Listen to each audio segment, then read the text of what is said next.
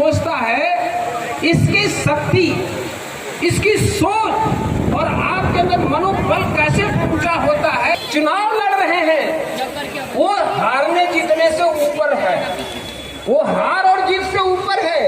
अरे मैं चुनाव इसलिए लड़ता हूं कि अपने लोगों को उनको बता सके, कि जन जागरण पैदा कर सके और उनको अधिकारों के प्रति जागृत करने के लिए मैं चुनाव लड़ता हूं। और जब चुनाव हार गए थे तो चुनाव से इस भारी पराभव है। आज मेरे समक्ष मातृशक्ति बैठी हुई है और मेरा उद्देश्य भी यही रहता है कि मैं माँ और बहनों को इस पथ पर लाने के लिए जितना कर सकती हूँ करूँ, आगे बढ़ती हूँ। जैसा कि ये आज माहौल आपने तैयार किया, वाकई काबिल तारीफ। सीधी सी बात ये है कि बाबा साहब की बात करें तो बहुजन मिशन की बात करें, और बहुजन मिशन की बात करें तो अपने महापुरुषों के प्यार, बलिदान, संघर्ष की बात करें। लेकिन सोचने का विषय है कि विचारी बिंदु है। हम करते हैं बाबा साहब को याद सिर्फ एक दिन, बाकी दिनों में हम उनकी विचारधारा पर चलने के लिए राजी नहीं होते। वो साहिब भी हमारे अग्रमपंथी आप लोगों को अच्छी लगे तो मेरा साथ दीजिएगा कि समझ कर सबने अपने को गलत फहमी में मत लाना, समझ कर सबने अपने को गलत फहमी में मत लाना।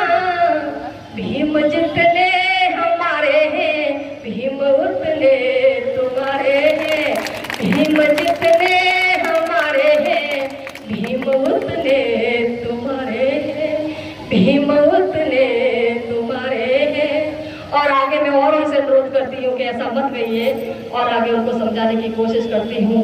जो हमारे ओबीसी भाई हमारे साथ चल पड़े हैं, मैं उन्हें नमन करती हूँ कि वो हमारे महापुरुषों से अवगत हो चुके हैं और उनकी विचारधारा को आगे बढ़ाने का काम कर रहे हैं। मैं उनसे पुनः अनुरोध करना चाहूंगी कि मोहब्बत के हंसी सपने नयन अपने सजा लो तुम, मोहब्बत के हंसी सपने नयन अपने सजा लो तुम ही पर जान दे देंगे कभी भी आजमा लो तुम ही पर जान दे देंगे कभी भी आजमा लो तुम।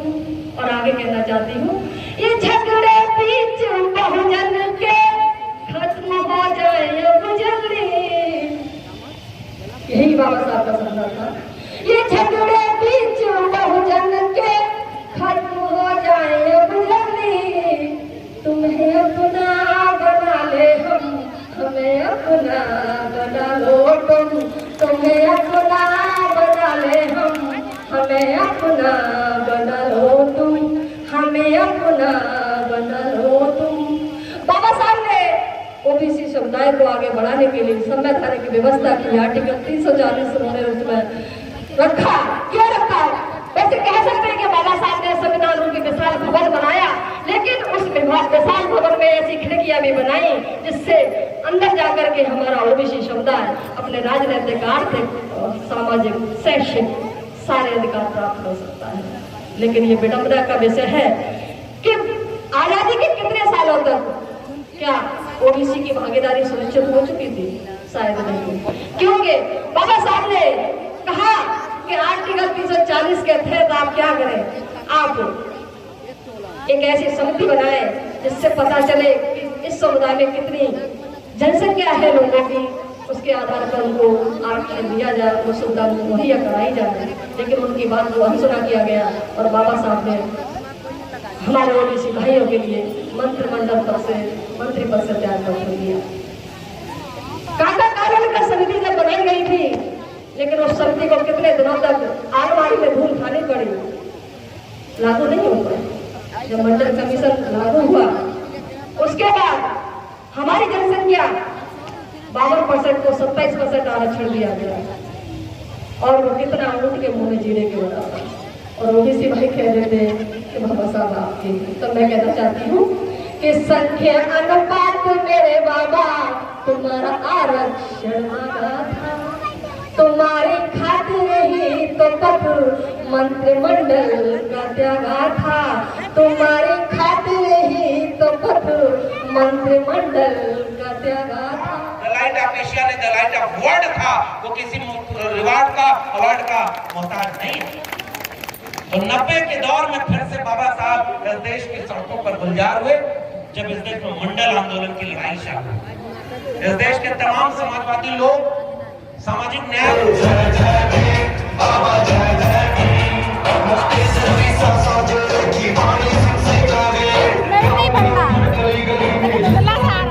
आगे बढ़ेंगे। हमारे यहाँ एक पंडित जी थे, अब थोड़ा किस्सा कह के बात खत्म करूंगा, बहुत बात हो गई। पंडित जी के पास कुछ बच्चे गए, गांव के लोग गए, उन्होंने कहा कि कुछ गांव के बच्चों ने एक गधा की हत्या कर दी।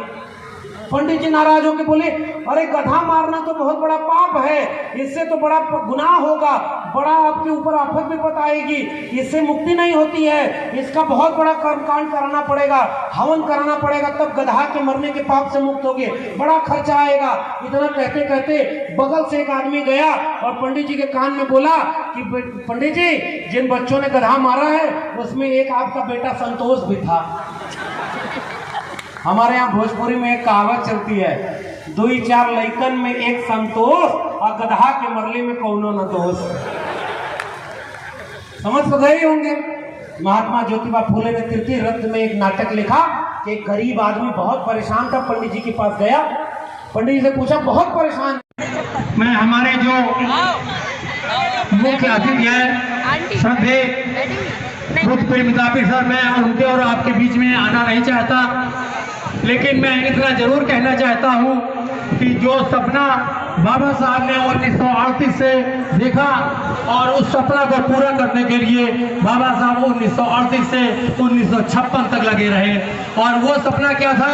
वो सपना था एक ऐसा स्थान बने जहां हम सब उठ बैठ सके, जहां हम अपने विचारों का आदान प्रदान कर सके, हम जहां अपने विचारों को ले सके। इस कार्य को करने के लिए अखिल भारतीय अनुसूचित जाति अनुसूचित जनजाति कर्मचारी कल्याण एसोसिएशन ने बीड़ा उठाया और बुद्ध बौद्ध अम्बेडकर इंटरनेशनल सारनाथ में हम उसका निर्माण कर रहे हैं, जिसके हमारे जो कर्ता हैं या जिसका मार्गदर्शन है उनके नेतृत्व में ये कार्य चल रहा है, राष्ट्र बनाने के कार्य को आगे बढ़ा सके। जय भीम, नमो बुद्धाय। साथियों, थोड़ा धैर्य का परिचय रखें। भीमा गंगा की नई गृहस्थी है, उसको अभी अपने ससुराल में रमने दे। अगर तू व्याकुल होगी तो कैसे तू उसको अपने घर में रमने देगी? हाँ, और तू भी तो ब्याह कर अपने घर आई थी, तो क्या तूने इतनी जल्दी अपने मायके की और मायके के लिए सोचा? उसको भी अपने घर परिवार को देखने दे। और अब तो हमारे घर में खुशियाँ आने वाली है और उस खुशियाँ की खबर सुनते ही वो खुद अपने घर आ जाएगी। तब देख लेना।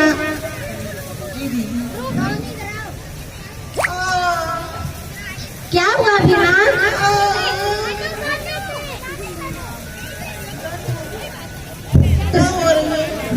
चल भीमा आराम कर, क्योंकि तू सुबह से काम में लगी हुई है, और अब आराम कर।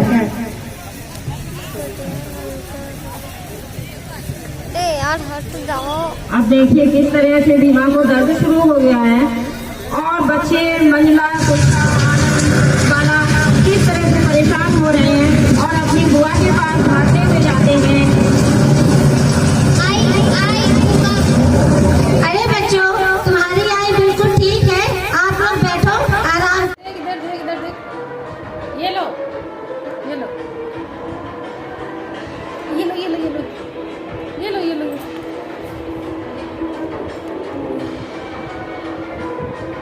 गिर जाओगी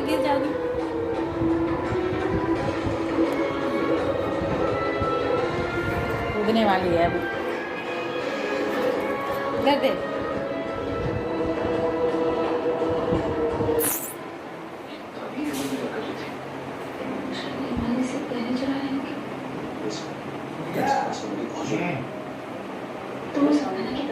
हैं पानी